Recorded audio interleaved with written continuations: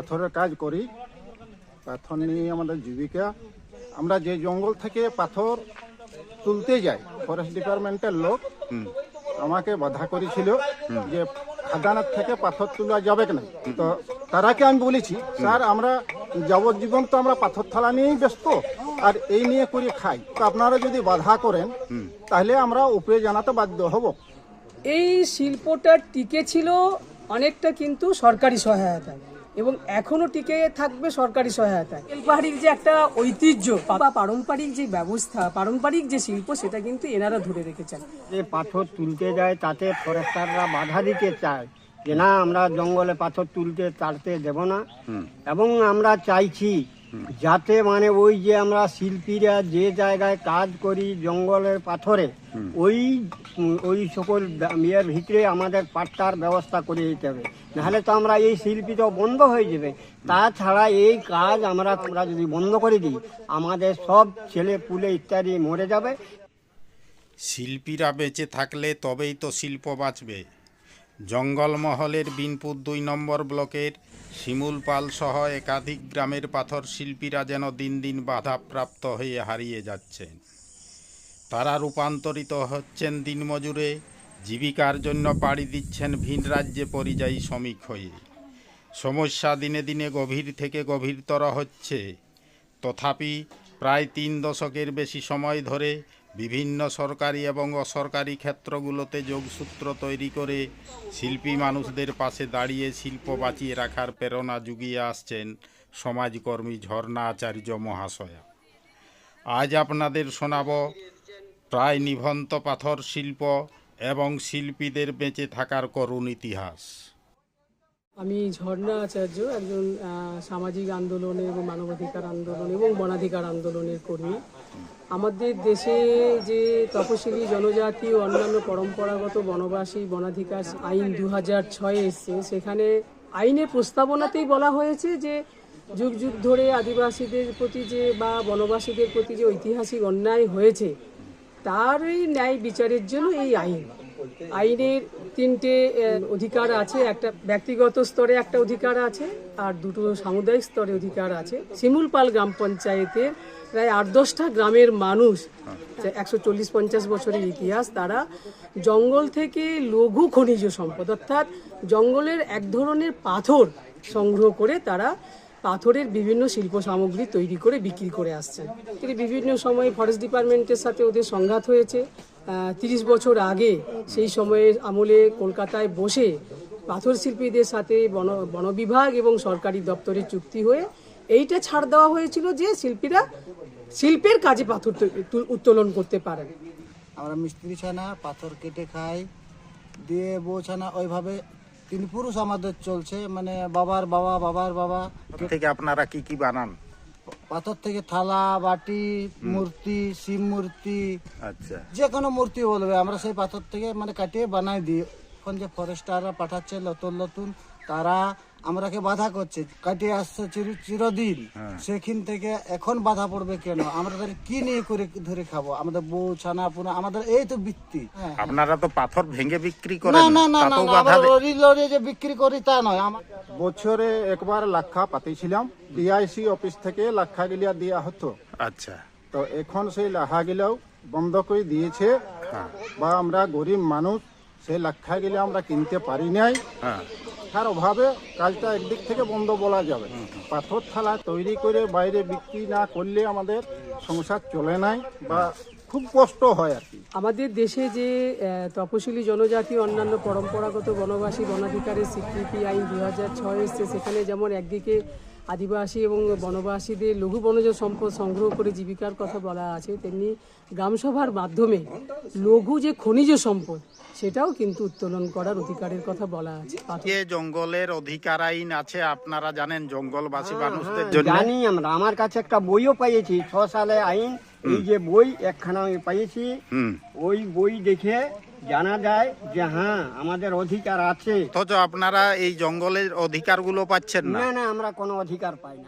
সেই সরকারের আমলের সময়ে শিলদাতে একটা হাট করে দেওয়া হয়েছিল মূলত পাথর শিল্পীদের জন্য, যে হাটে আপনার ঢাঙ্গি কুসুম, বীরমাদল, ডাকাই, লবণী, কাঁকড়ি ঝর্ণা, তারপরে আপনার শিমুল পাল, বাঁশপাহাড়ি, কাশিডাঙ্গা, এটা মূলত সোদাপাড়া জিপি, এই সমস্ত গ্রামের পাথর শিল্পীরা মূলত করগা এবং ভূমিজ আদিবাসী এবং লোধা সবর আদিবাসী এরা নিয়ে এসে এই শিলদার হাটে এই অবস্থায় দাঁড়িয়ে যখন এই পুলিশি অত্যাচার, ভেতরে জঙ্গল পার্টির অত্যাচার এবং হোটেলদের অত্যাচারে যখন বন্ধ হয়ে যায় 2007-08 নাগাদ আমার সাথে ওরা যোগাযোগ করে, কারণ এর আগে আমি 1997 সালে এদের উপরে একটা সমীক্ষা করেছিলাম।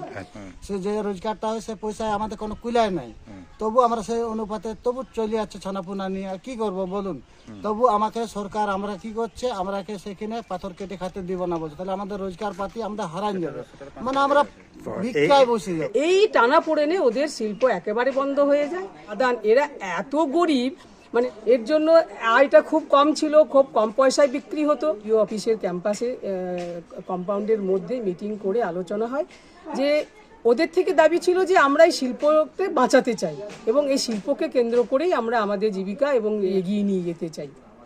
তখন বিডিও ছিলেন ভাস্কর ঘোষ, এই সংগঠনের দাবির পরিপ্রেক্ষিতে, এবং তাদের ট্রেনিংয়ের ব্যবস্থা হয়।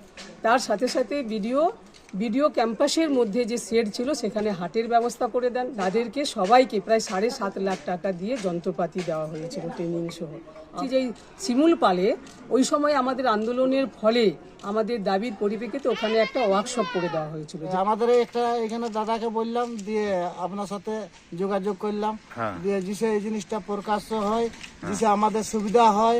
সরকারকে এটা আমরা মিনতি করব, যেমন আমাদের পাথর কাটা জিনিসটা যেমন না ফরেস্টার থেকে ছাড়িয়ে নেই, কেননা এটা নিয়ে আমাদের করে ধরে খাই।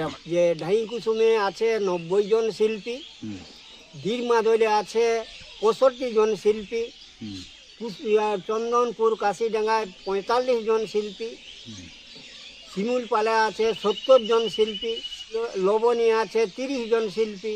আর এই সকল এত হার্ড পরিশ্রমের কাজ লোক করতে চায়, তবে আমি এটাকে খুব ভালোবাসি এবং সম্মান পাই এটা পাথর শিল্পী হিসাবে।